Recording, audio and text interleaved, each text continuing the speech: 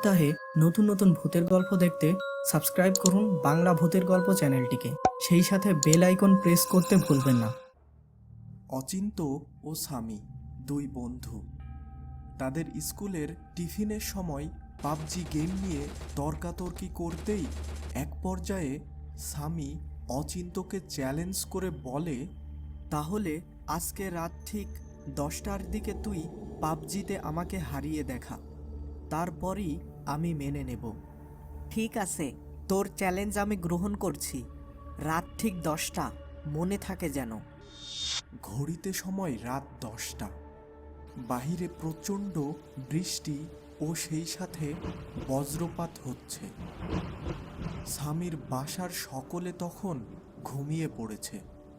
আস্তে করে মোবাইলটি নিয়ে স্বামী তাদের বাসার বারান্দায় চলে যায় এবং সেখানে যেয়েই সে পাবজি গেম খেলা শুরু করে দেয় তার বন্ধু অচিন্ত এর সাথে। কিছু সময়ের মধ্যেই তাদের খেলা বেশ জমে উঠেছিল। হঠাৎ স্বামীর মোবাইলটি বন্ধ হয়ে যায়।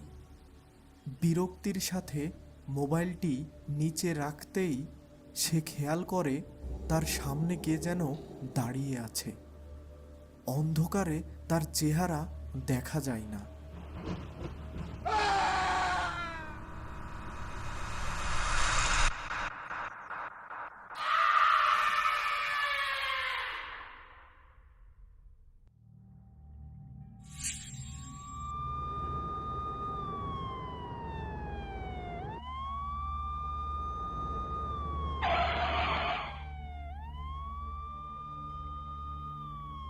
কি ব্যাপার স্যার?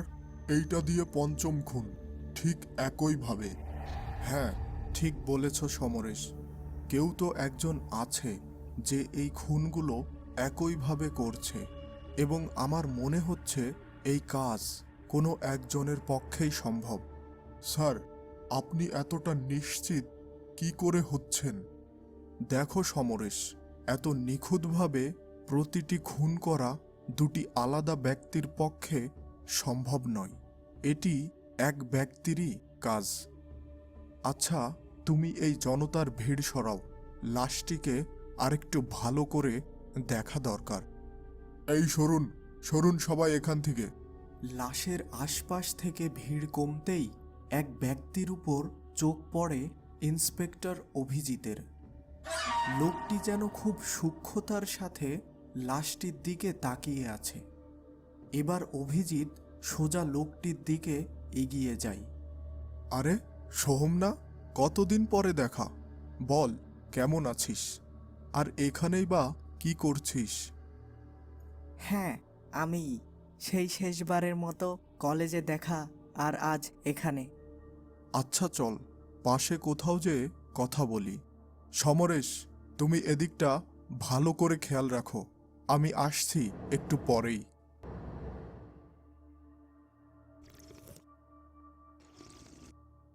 আচ্ছা, এবার বল, তোর কি অবস্থা? আর এই লাশের কাছেই বা কি করছিস? তুই তো জানিস, সেই কলেজ থেকেই বিভিন্ন অলৌকিক বিষয় নিয়ে আগ্রহ আমার মধ্যে ছিল। পাশ করার পরে ভেবেছিলাম কিছুদিন এইসব অলৌকিক ব্যাপার নিয়ে সময় কাটাবো। কিন্তু মধ্যবিত্ত পরিবারে যা হয়, সংসারের অভাব, চাকরি তো করাই লাগবে।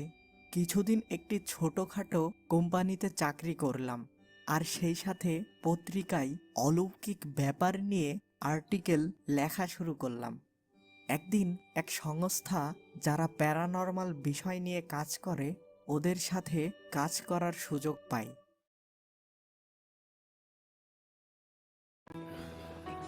আরে দাদা, এক্সকিউজ মি, আপুনি ভাগৰি পৰা যেন লাগিছে, আপুনি বহক। মাজ বয়সতে বুঢ়া মানুহৰ দৰে ভাগৰ? সেয়ে সদায় লগ ৰিভাইটেল এইচ। ইয়াৰ 19বিধ মাল্টিভিটামিনছ, মিনাৰেলছ আৰু নেচাৰেল জিংচিঙে অক্সিজেন বহন ক্ষমতা বৃদ্ধি কৰে আৰু দিয়ে 30% বেছি এনাৰ্জি মাত্ৰ 30 দিনতে। ৰিভাইটেল এইচ।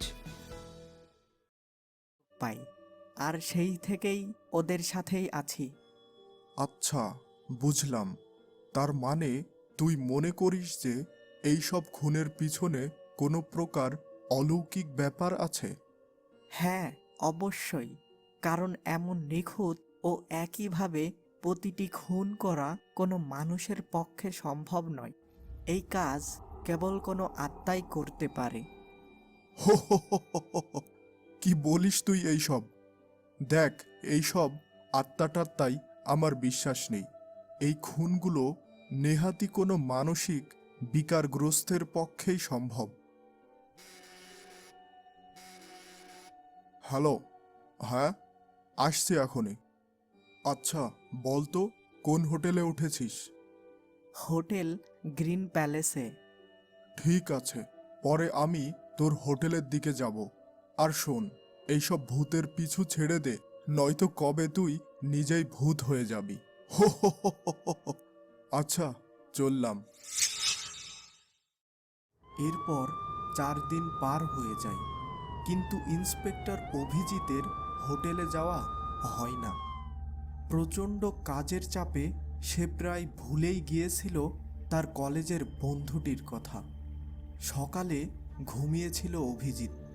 কাল রাত প্রায় 3টা পর্যন্ত সে থানায় ছিল এবং বাসায় এসে ঘুমাতে প্রায় 4টা বেজে গিয়েছিল। তাই আজ সকালে সে বেশ গভীর ঘুমে আচ্ছন্ন আছে। কিন্তু হঠাৎ তার ফোনের শব্দে ঘুম ভেঙে যায়। ফোন কানে নিতেই এক চমক। হোটেল গ্রিন প্যালেসে এক ব্যক্তি আত্মহত্যা করেছে। হোটেল গ্রিন প্যালেসের নাম শুনতেই তার কলেজের বন্ধুটির কথা মনে পড়ে যায়। সে দ্রুত বাথরুম থেকে ফ্রেশ হয়ে হোটেল গ্রিন প্যালেসের উদ্দেশ্যে রওনা দেয়।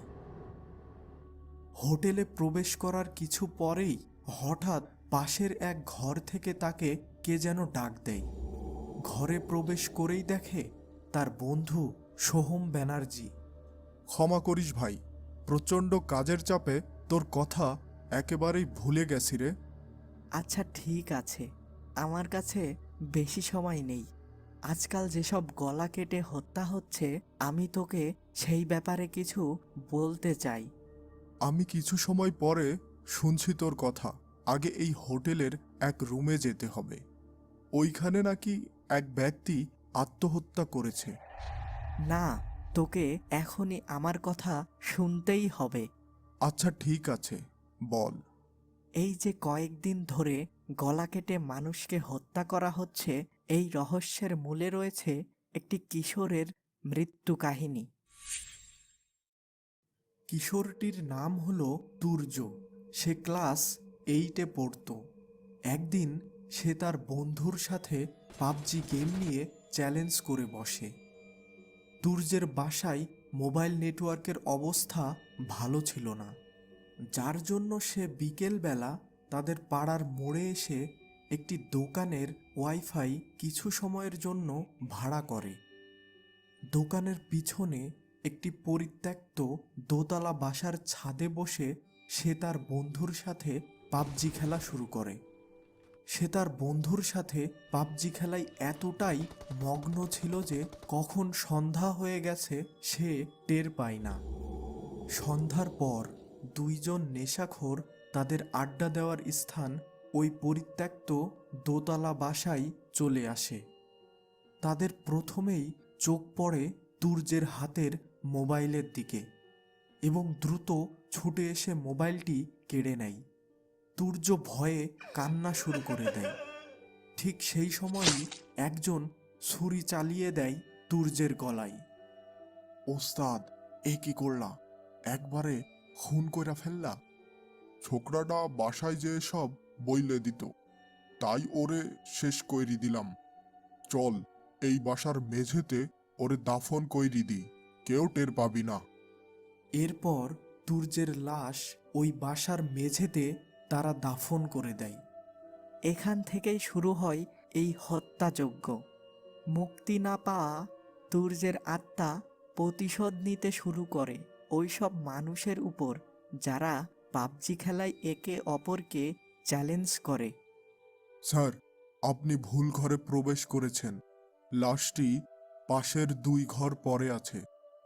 আচ্ছা, তুমি যাও, আমি কথা শেষ করে আসছি। তুই কি আজকাল কোনো গল্প স্বল্প লিখছিস নাকি? দেখ, তোকে আগেও বলেছি এইসব আত্মার ব্যাপারে আমার বিশ্বাস নেই। তুই এখানেই থাক, আমি লাশটা দেখে আসছি।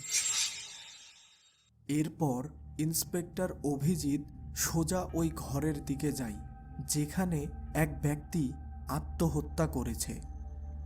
ঘরে ঢুকেই অভিজিৎ যেন তার জীবনের সবথেকে বড় ধাক্কা খেল। দড়িতে ঝোলা লাশটি তার অপরিচিত নয়, স্বয়ং সোহম ব্যানার্জি, তার কলেজের বন্ধু। তাহলে সে এত সময় কার সাথে কথা বলছিল?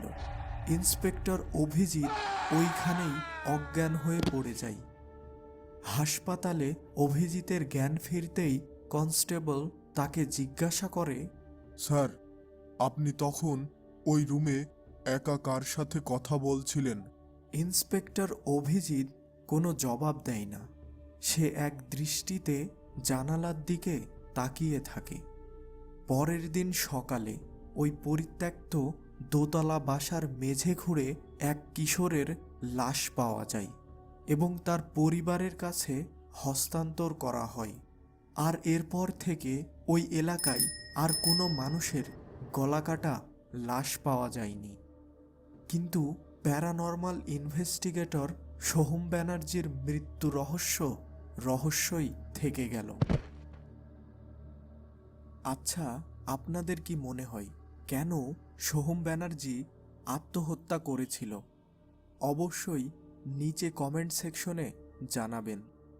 আজকের ভিডিও থেকে আমরা একটা জিনিস শিক্ষা নিতে পারি যে কখনোই কোনো কাজ এমনভাবে করা উচিত নয় যে আমরা আমাদের আশপাশের পরিবেশকেই যেন ভুলে যাই। ওই কাজটি